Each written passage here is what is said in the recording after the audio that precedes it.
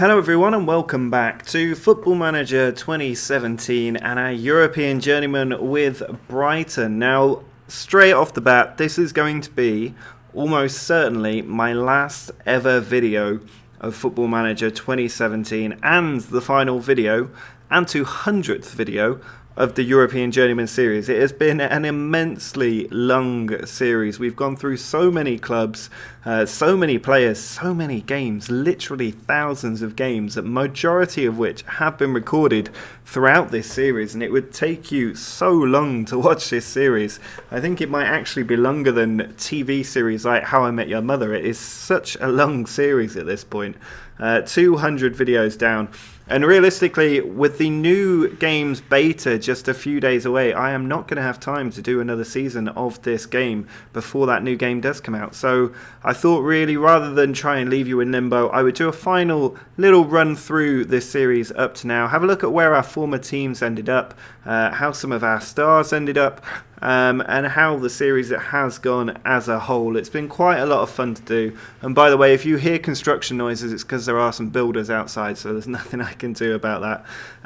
But we're just going to take a little trip down memory lane, and if you are one of the few people who have watched this series from the beginning, the first episode straight through to the 200th, do let me know down in the comments. I'd love to know how many of you watched every minute of this series, because I can't imagine there's many of you at all. But what we'll do is we'll start with my history, and this screen right here, you can see I've had 6 club manager jobs and the ill-fated England national manager job. 889 days, my longest time at one club, 697 my shortest, 23 awards and £24.5 million.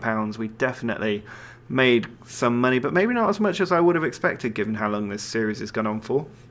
It's been 5,072 days in the game. I've had one day on holiday throughout that time, which I think is when the game had a little bit of a bug and it wouldn't let me progress during the squad registration screen. We've bought 98 players, 2 short of 100, for a total of £1.4 billion. That is a lot of money to have spent, but we did bring in about 900 million, so only about £500 million positive spend there. 78 million is our biggest ever transfer for Fatih Yilmaz, and we sold Rubens Raimundo for 60 million, and we've given the agent industry 200 million quid, which is far too much.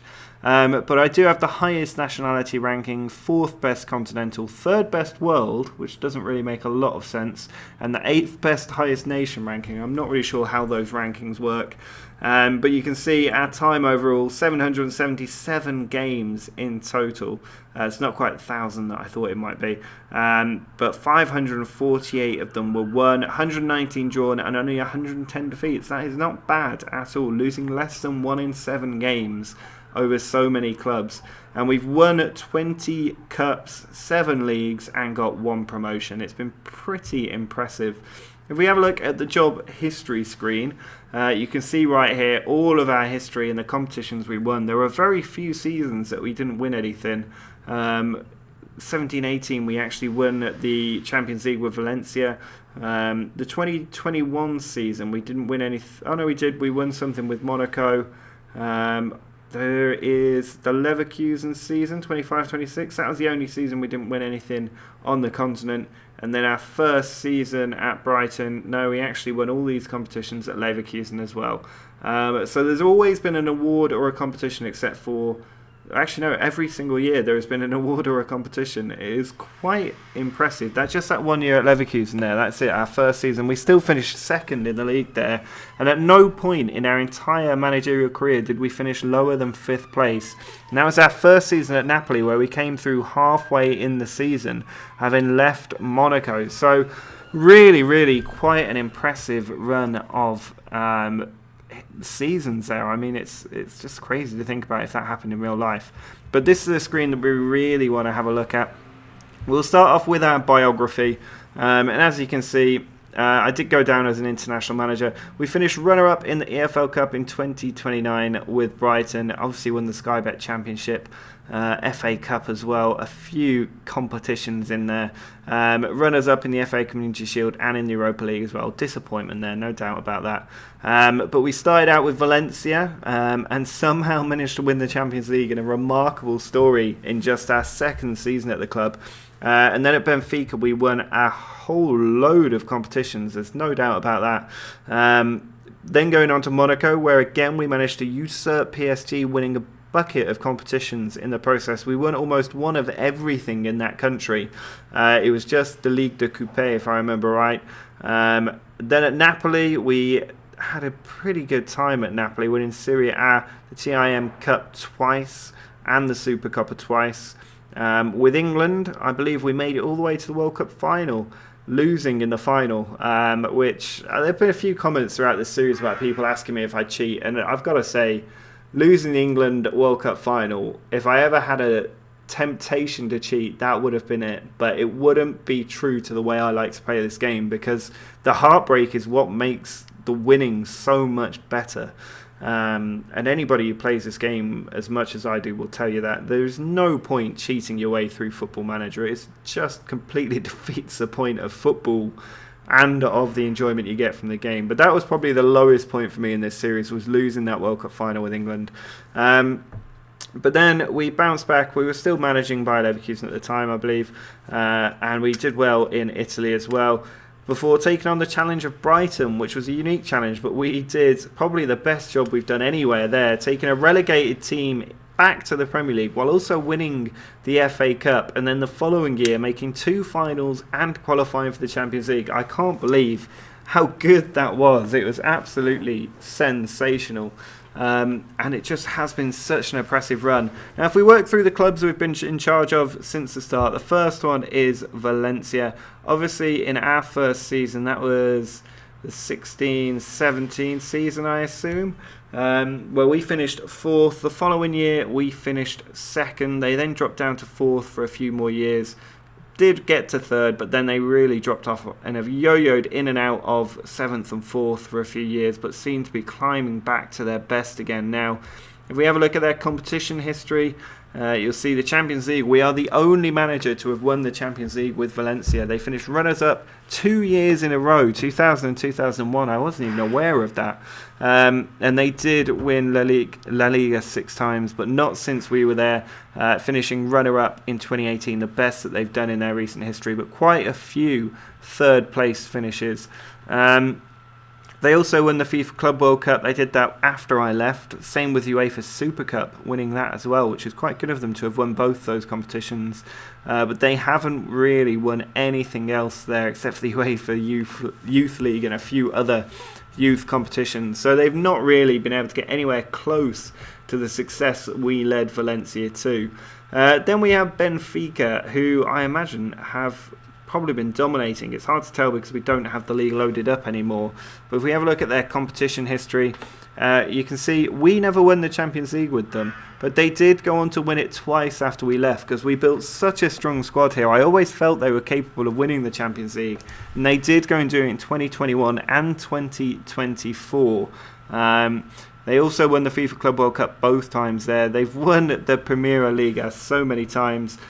We came in during the 19 season, and then we won 19, 20, 21. They carried on winning for 22, 23 before losing out, and they've won it 5 years on the trot since then.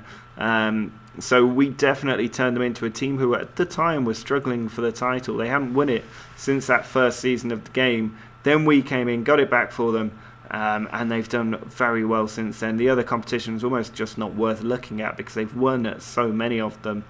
The Taça de Portugal Placar winning it endlessly, same for Taça da Liga and the Candido de Oliveira, just really doing well. We built an absolute empire at Benfica, and they have gone on to totally dominate both in the league and for a short time in Europe. Currently captained by Andrea Zivkovic, a player who I did actually try to kick out of the club while I was there at one point, but he decided to stay.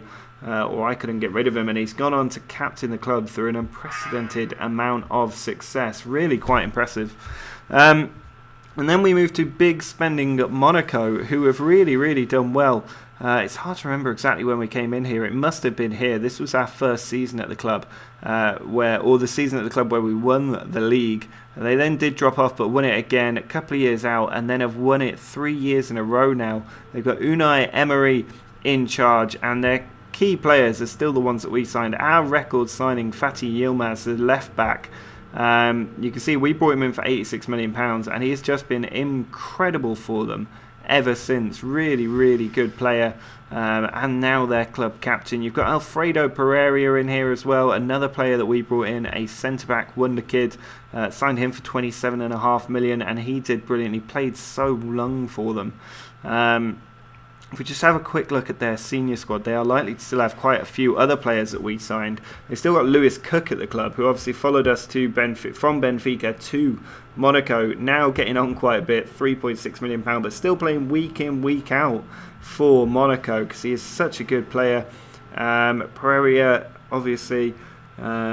Boris, world famous Boris. He never really took off for me, but it looks like he's done well for Monaco since then. Not quite a first team starter player, but definitely doing well. Only hitting double digits a couple of seasons though, which was always my reservation with him.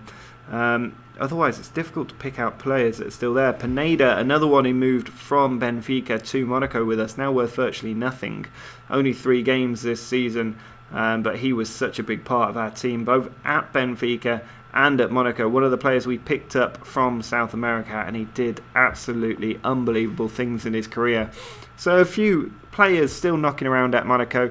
Our next big club was Napoli, and as you can see, they've really fallen off since we took them to the league title. Second, then down to fourth, second and fourth. Maybe not falling off that much then. Still doing a lot better than they were when we took over, and they were really struggling when we took over. They were in the bottom half of the table, and we took them up so far after coming in.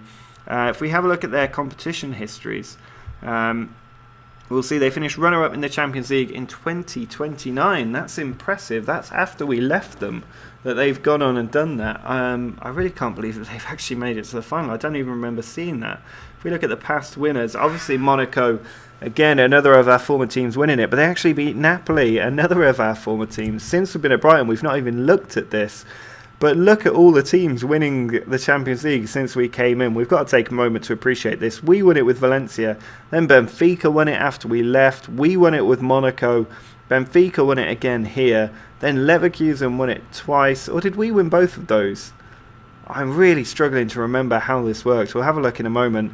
And then Monaco winning it this year. So we really have built some of the most impressive teams around. That must have been our replacement at Leverkusen, who won the Champions League the second time. I think we only won it once. But as you can see, Napoli finishing runners-up, still doing very, very well, and bouncing in around second and fourth place in Serie A. Doesn't look like they've had too much success. They won one cup competition after we left, but that is it really. They haven't won anything else, coming so close to that Champions League title though. There was of course our time in charge of England. If we have a look at the competition's history here, you see 2026 we led them to the World Cup final, but we could not win it. The second best performance of an England team at a World Cup ever. They did win the European, finished runner-up in the European Championship two competitions in a row, which is quite disappointing, and runner-up in the International League, and third place in the Confederations Cup in 2025. So you can see it's not been a glory period for England. It's been a nearly period for England during this game, and we took them the closest but could not see the job through. And then you have Leverkusen, who have gone from strength to strength since we left them. They're still built around the team that we established, because obviously with Brighton we were unable to raid any of the players. You can see this massive decline they were on when we came in, and then we picked them up, and they've done so well since.